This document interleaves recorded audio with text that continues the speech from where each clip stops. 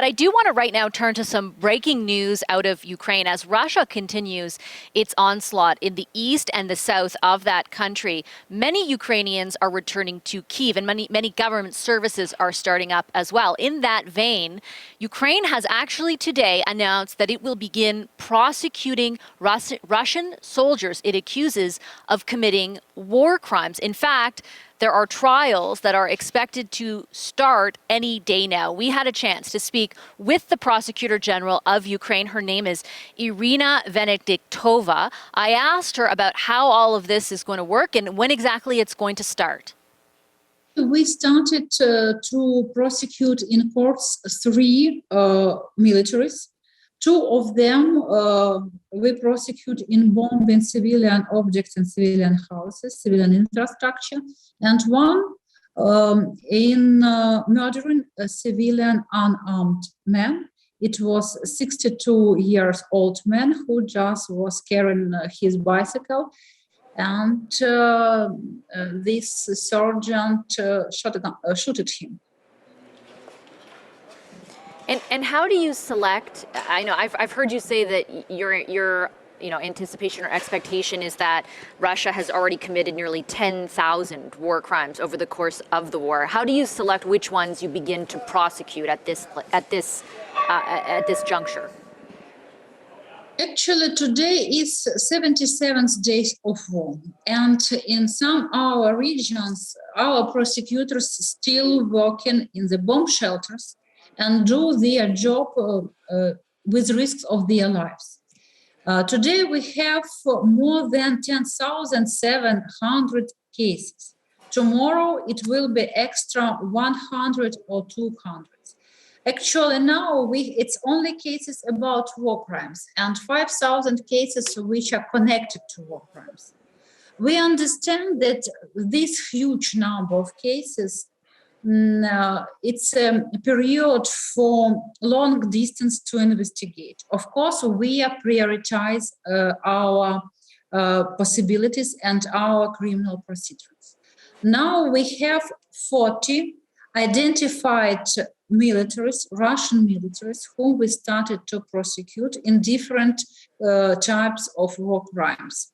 For us, very important to do everything what we can do in framework of these criminal proceedings for justice in Ukraine. And of course, we are ready to do this justice not only in Ukrainian national jurisdictions.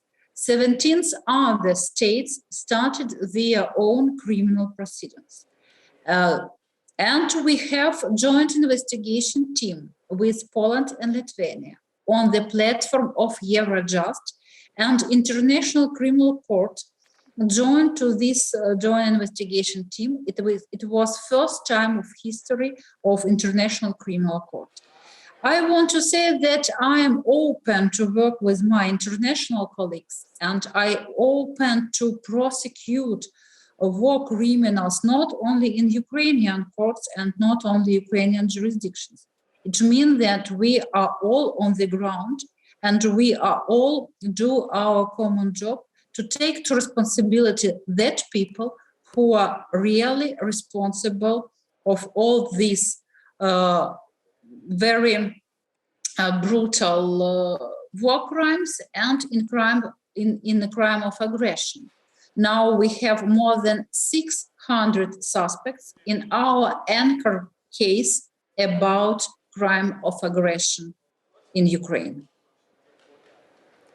When you referred there to the International Criminal Court, I am curious to understand from your perspective what your level of faith is that the International Court will be able to hold Vladimir Putin accountable. How much faith do you have that the international process will actually work here? I trust in the International Criminal Court. Of course, we want fast justice. And I think that now it's a very good challenge for all system of international humanitarian law and for all system of international justice, how we can work fast and actually put people who are responsible for all very huge war crimes, crimes against humanity to responsibility.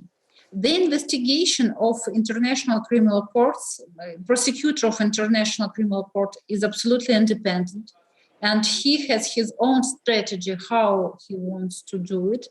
I respect him. Karim Khan, prosecutor of international criminal court, was twice here in Ukraine.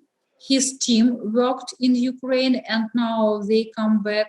He is very professional. He is a real high level of lawyers, and I trust that he can do his job very objective. Who will be his client? Sorry, it's only his decisions.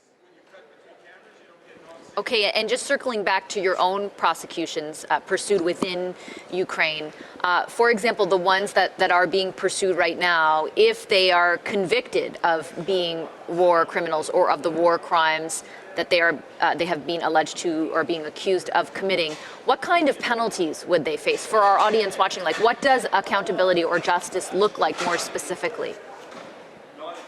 We have only one article in our criminal court about war crimes.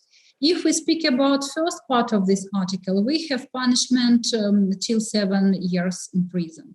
If we speak about the second part, when we have deaths, murdering of civilians, these people could be in deaths till the end of their lives. It means that, of course, we are limited by this article. We have three approaches and three possibilities to prosecute in Ukraine. Actually, this article, war crimes, then article about crime of aggression, and article about genocide. We started to investigate, and we have these criminal proceedings from first days of war about genocide. We started to prosecute people about calls of genocide, but for other qualification, we need more evidences. We need access to such territories, for example, as in Mariupol.